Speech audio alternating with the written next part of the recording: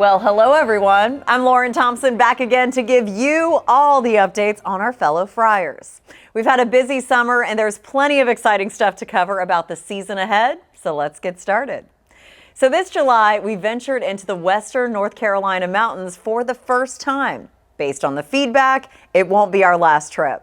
A big thanks to Friar Jack Burris for playing host at Biltmore Forest, a timeless Donald Ross classic. Now, after leaving Asheville, Friars headed west about 20 miles to Waynesville Inn and Country Club, a Donald Ross course with a hotel on property that has recently been reimagined. Friar Consigliere Jeff Renzulli and Friar Anna Redding helped herd the cats at Waynesville, but apparently they should have put more thought into who was allowed to drive the golf carts. We are happy to report that no one was harmed during this incident.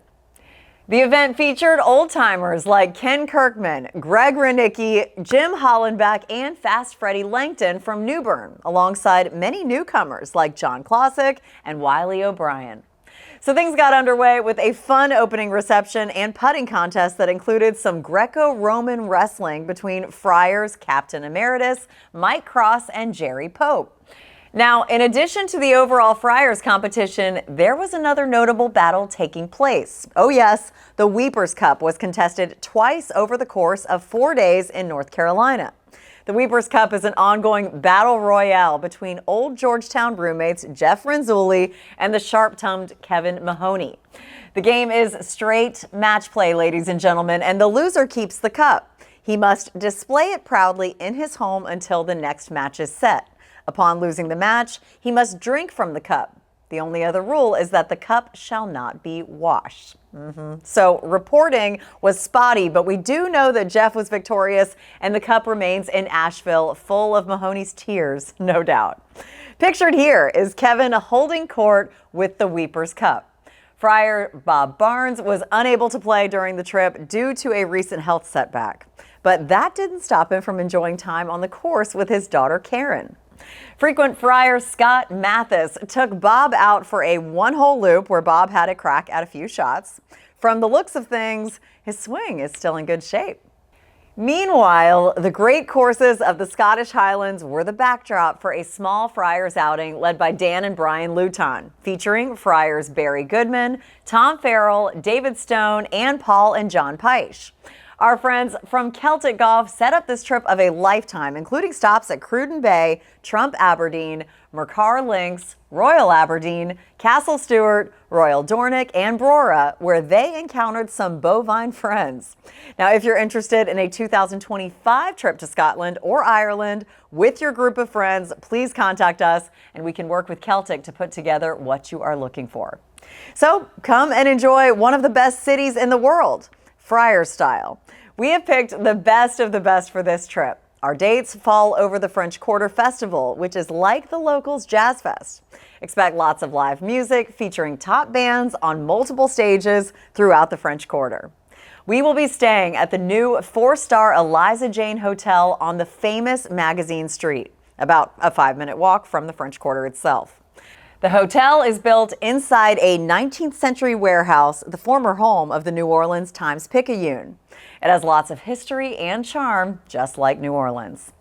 Well, we have 2 fabulous group dinners lined up at famous institutions. On Thursday, we dine in the Garden District's finest restaurant, the Commander's Palace. Then on Saturday, we walk from our hotel into the French Quarter to the award-winning Brennan's, home of the Bananas Foster and the famous Champagne Happy Hour. We also have one free night and lots of potential tricks up our sleeves. New Orleans features some incredible tours, history, shopping, and of course, food. You have no problem finding things to do. The World War II Museum is a must-see if you have time. Oh yeah, and there will also be golf as well. Friday, we will be playing TPC Louisiana. Our dates will be 2 weeks before the PGA Tour's finest arrive for the annual Zurich Classic, so expect prime course conditions. Sunday morning, we have the tour's former home, English Turn Golf Club, arranged, which is a Jack Nicklaus signature design. Saturday morning, we will tee it up at the bucolic Carter Plantation. Bus transportation there and back will be provided, taking a total of 50 minutes each way. Now, if you love to eat, Imbibe and have a good time. This trip promises to be a hell of a time itself. Let the good times roll. And now, spanning the globe to bring you the constant variety of friardom, the thrill of a 4-foot gimme, and the agony of a shank, the human drama of athletic competition. This is Friars in the Wild. Well, this month's edition has a decidedly international flavor as we have reports from friars all around the globe.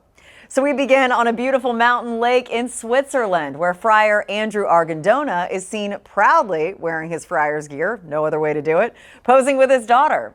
Next, we head to Dublin, where American friars Ken Batto, Andrew Sinnott, and Seamus McGill met up with Dublin friar Alan Codd for some sightseeing.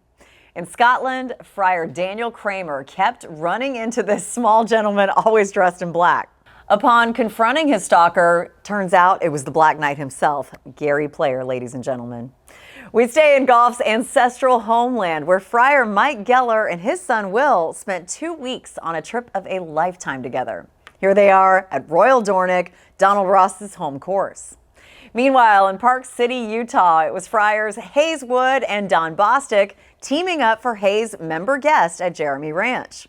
The team did not put up much of a fight in the competition, but they did do some damage in the bar.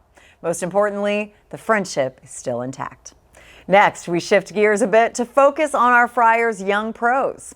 They are collectively putting up some fantastic finishes, including a 59 in competition for Friar Kyle Rhodes in Lakeland, Florida. Nice shooting, young fella. Meanwhile, in Indiana, Friar Hunter O'Mahony collected a giant cardboard check for his efforts in a recent mini tour event. Good luck trying to fold that one into your wallet. It's going to be a little tricky at the bank, too, when you're trying to cash it in. Not to be outdone, Friar Jessica Porvaznik is putting together a dream season on the Epsom Tour, where she currently sits at #1 on the season-long points race with 6 events left on her schedule. So Jessica, we are all behind you as you push towards your LPGA Tour card in 2025. And we end with some news on one of our recent Friar one-day events in Pennsylvania, where Friars legend Lloyd Palmer recorded an ace on the 15th hole at St. Clair Country Club. Now, Lloyd is 82 years of age and an absolute inspiration to all of us. Congratulations, and the next drink is on you, Lloyd. All right, everyone, that's going to do it for this edition of your Friars Insider. Thanks so much for joining us and for never failing to bring plenty of laughs, smiles, and celebrations to the table month after month. As always, I'm Lauren Thompson, and I'll see you next time.